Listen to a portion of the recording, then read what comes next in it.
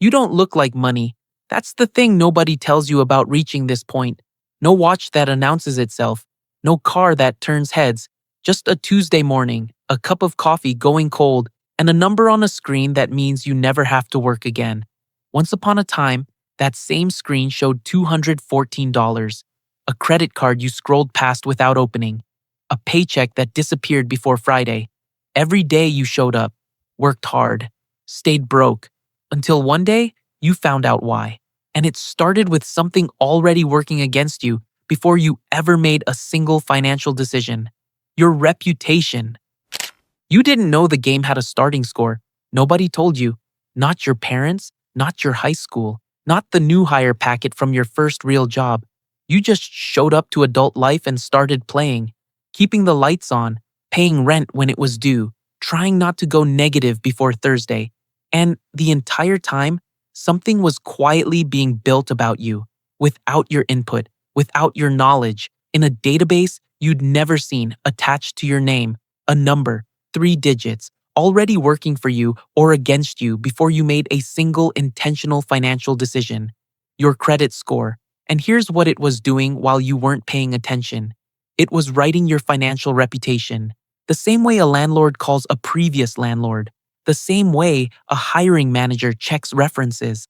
Except, this one followed you into every loan application, every lease, every time you needed someone in a bank to take a chance on you. And unlike a reference, you couldn't prep for it. You couldn't explain context. The number just spoke first. Two people, same city, same year out of college. Call them Kayla, a nurse, and Brandon, a high school teacher. Similar salaries. Neither of them is financially reckless. But Kayla pays everything on time. Her credit card, her utilities, her phone bill. Not because she's unusually disciplined, just consistent. Brandon floats things, pays when he gets around to it, figures it all evens out eventually. A few years later, they both buy homes. Same neighborhood, same price range, around $300,000. Kayla walks in with a 780 credit score, gets the lower rate, signs the paperwork on a Tuesday, moves in that weekend. Brandon walks in with a 620, gets a rate nearly 2 full percentage points higher. Same house, same street, same square footage. Over 30 years, Brandon pays roughly $56,000 more than Kayla. Not as a fine, not as a penalty, anyone announced out loud, just as the quiet, compounding tax that a damaged financial reputation collects, month by month, invisibly, for decades. The painful part isn't the $56,000. The painful part is that Brandon never felt it happening. It was $156 a month, the size of a streaming bundle and a couple of takeout orders, the kind of number you adjust to and stop noticing. But $156 a month for 30 years doesn't disappear. It transfers out of Brandon's life and into a bank's balance sheet for no reason except a 3-digit number that nobody ever explained to him when it would have been easy to change. You might be Kayla in this story. You might be Brandon. You might be somewhere in the middle, not entirely sure what your score is right now. Vaguely aware it matters the way you're vaguely aware your blood pressure matters. Something you know you should check, something you keep meaning to look at. But here's what this moment is actually about. Your credit score is not a grade on your character. It is not a judgment on your work ethic or your intentions or the month your car needed a new transmission, and everything else had to wait. It is a record, a paper trail assembled by systems that don't know your story and aren't interested in it, which means it can be rebuilt with time, with the right moves, with consistency in the right places, but only once you know where you actually stand, and only once you stop losing money you didn't know you were losing in the first place, because the next thing most people never look at directly, really look at, with every number accounted for, is where their money actually goes between paychecks. And the morning you actually looked, it didn't feel like information. It felt like getting caught. Getting caught is the right word for it, not by anyone else, by the numbers themselves. The moment you open a spreadsheet or a budgeting app or even just a blank notes page on your phone and start typing in what actually left your account last month, that moment has a specific feeling. It isn't shame exactly, it's closer to recognition. the slow, uncomfortable arrival of something you already knew but had been successfully avoiding. Most people never have this moment, not because they're irresponsible, because not looking is easier than looking, and the looking doesn't feel urgent until something forces it. Currently, about 54% of Americans live paycheck to paycheck. Not all of them are struggling in the way that word implies. A significant portion make decent money, $65,000, $80,000 more, and still arrive at the end of the month with almost nothing left. The paycheck comes in. The paycheck disappears. Nobody planned it that way. It happened the way water disappears through a cracked foundation, steadily, quietly, in amounts too small to feel individually but devastating in total. The crack isn't one thing. It's never one thing. It's the gym membership from January that you stopped using in March but never canceled. It's the Wednesday lunch that became a Tuesday and Thursday lunch. It's the 4 subscriptions you signed up for across different months, each one under $15. None of them individually worth canceling, all of them together adding up to something you never actually calculated. It's the delivery fee you stopped noticing, the impulse buy that arrived in a box and felt like nothing at the time. None of it registers as a decision. That's the mechanism, small enough to feel automatic, frequent enough to be structural. There's a number that tends to stop people cold the first time they add it up. The average American household spends close to $4,000 a year on food outside the home, restaurants, takeout, delivery, not a year's worth of groceries, $4,000 on top of groceries. For a lot of people in their late 20s and early 30s, that single category costs more annually than everything they contributed to their 401k. The point isn't that eating out is the problem. The point is that most people have no idea the number is that high. They experienced it as $14 here, $22 there, a $38 dinner that felt fine in the moment. Never as one annual number did they consciously choose to spend. That's what tracking does. It collapses the invisible into something visible. It converts a vague sense that money is tight into a specific accounting of exactly where it went. Not to punish yourself, not to cut everything that makes life feel livable, just to know, to stand inside the actual numbers and decide from there, instead of estimating from a feeling. The mechanics are simple. Every dollar that leaves your account gets a category. Every month, you look at the total. The first time you do this, something shifts. Not excitement, not motivation, something quieter, like finally cleaning a drawer you've been ignoring for 2 years. A little uncomfortable, noticeably clearer. You can't redirect what you can't see. The people who eventually build something real, not necessarily the highest earners, but the ones who actually accumulate wealth over time, almost all point back to a version of this moment, the morning they stopped estimating and started knowing. And once you know where the money goes, the next question arrives almost immediately. Because knowing what you spend doesn't fix the other problem, the one where the money you saved, the money you did the right thing with, the money you put somewhere safe, has been quietly losing its value this whole time. That's the betrayal of doing the right thing, and almost nobody sees it coming. You did what you were supposed to do. You tracked the spending. You found the leaks. You stopped the automatic transfers to things you'd forgotten you were paying for. You got intentional about it. And then, you took what was left. The real, actual surplus that remained after everything was accounted for. And you put it somewhere safe. A savings account. The responsible choice. The thing every piece of conventional financial advice points toward. Build your savings. Keep it liquid. Don't touch it. Nobody mentioned what the savings account was doing to it while you weren't touching it. Here's what's actually happening right now. The national average interest rate on a standard savings account is 0.38% annually. Inflation is currently running around 2.7%, which means the purchasing power of every dollar sitting in that account is shrinking by roughly 2.3 cents per year. Not in the balance. The balance stays the same or inches up slightly. But what balance can actually buy? Groceries, rent, a car repair. Every year you leave money in a standard savings account, it buys a little less than it did the year before. You were doing the responsible thing. The responsible thing was quietly making you poorer. The bank, meanwhile, is not getting poorer. The bank takes your deposits lends them out at rates many times higher than what they're paying you, and keeps the difference. You receive 0.38 cents on every dollar per year. They collect the spread. The arrangement is legal, standard, and rarely explained to the people participating in it. Two coworkers at the same company, same salary, same starting point. Call them Rachel, a physical therapist, and Tom, a logistics coordinator. Both 28, both have $12,000 they've managed to save. Rachel keeps hers in a traditional savings account, safe, accessible, untouched. Tom puts his into a low-cost index fund that tracks the S&P 500 and doesn't think about it again. 30 years later, Rachel's $12,000 has grown to around $13,500. She protected it. It was always there when she needed it. Inflation consumed most of what it earned, leaving her with barely more real purchasing power than she started with. Tom's $12,000 is worth somewhere north of $200,000. Same 3 decades, same starting amount. One decision, made once, that neither of them revisited. The S&P 500, the index tracking the 500 largest American companies, has returned an average of roughly 10% per year over the long run. Not every year.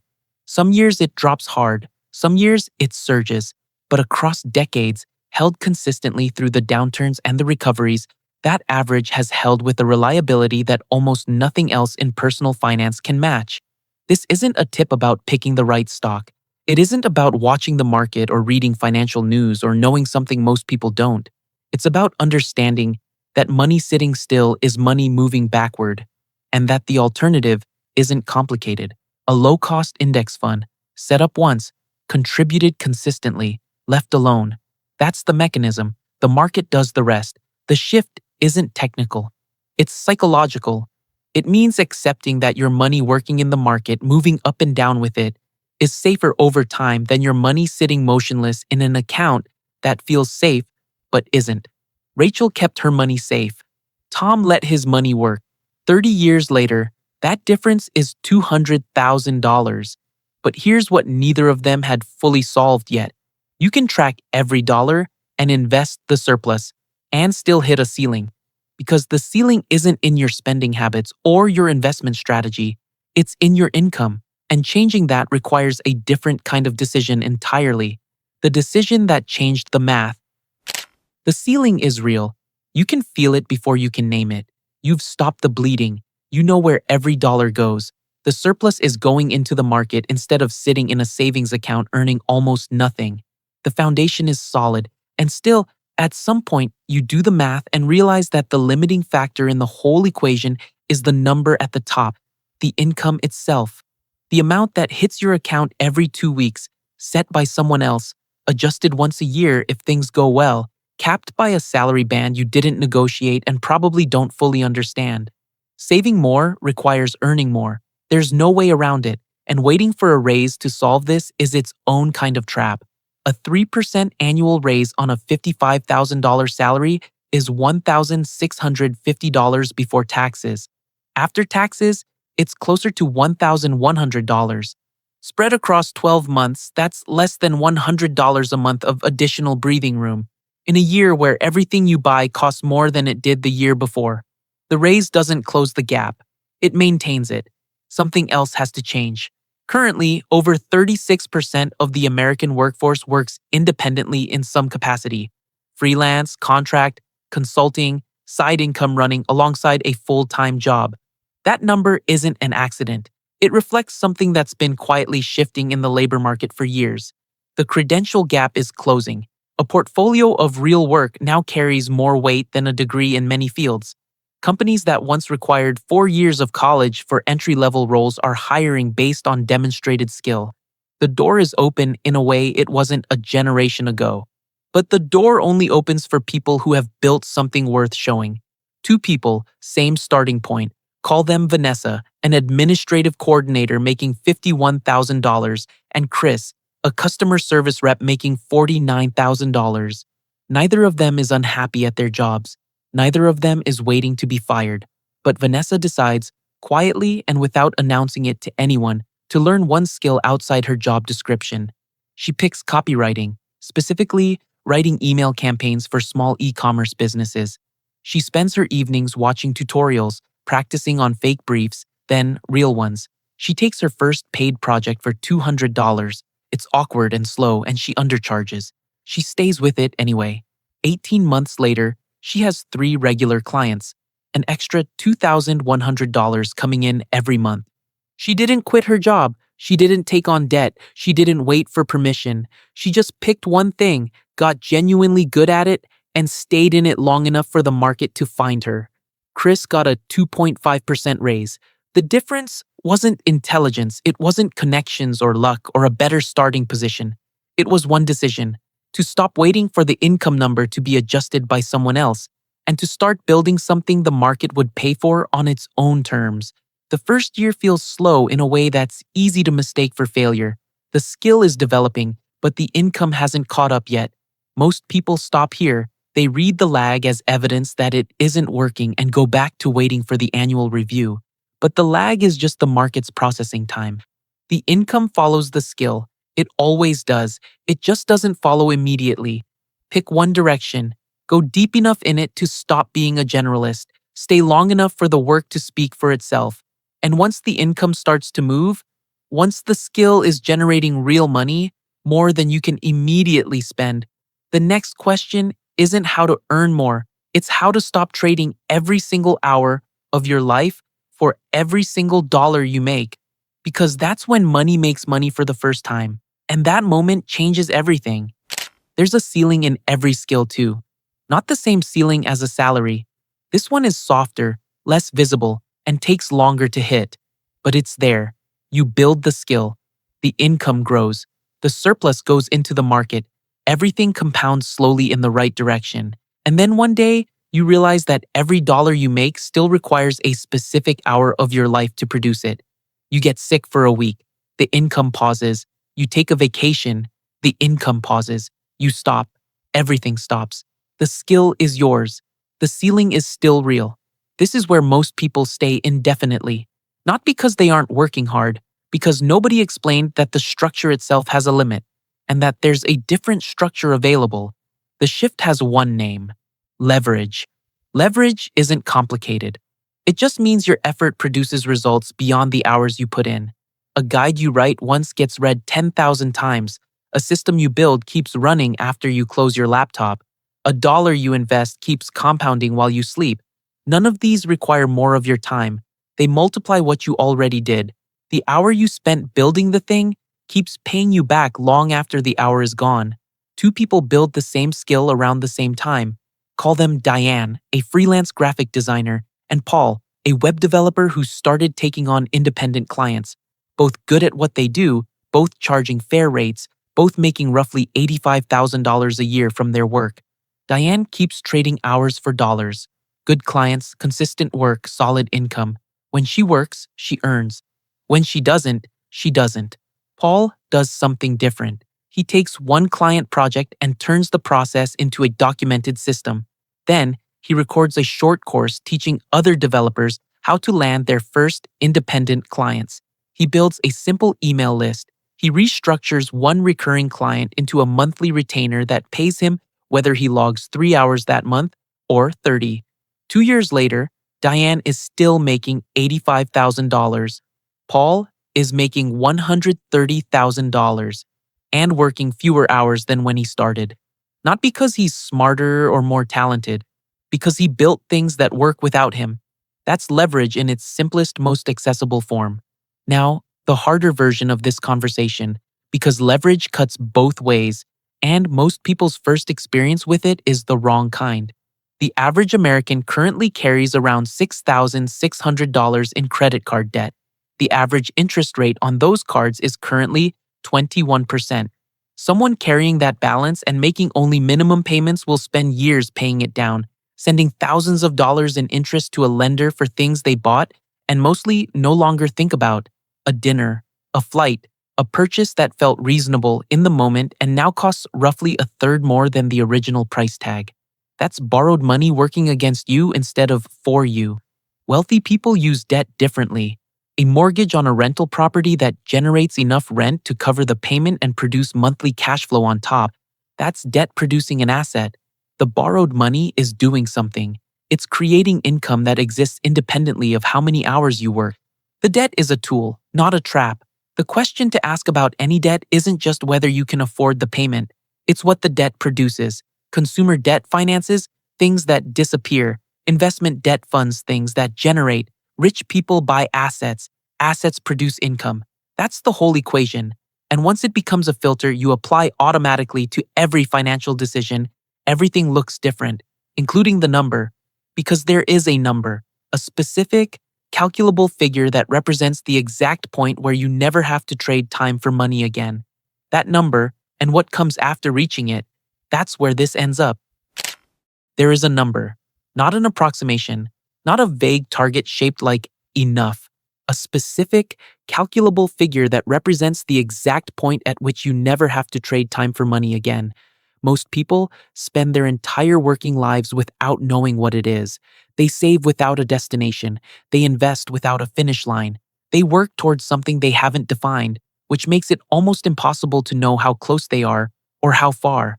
The number has a name. It comes from something called the 4% rule, a principle developed by a financial researcher in the 1990s and stress tested against nearly a century of market data, including the Great Depression, the dot-com crash, and the 2008 financial crisis.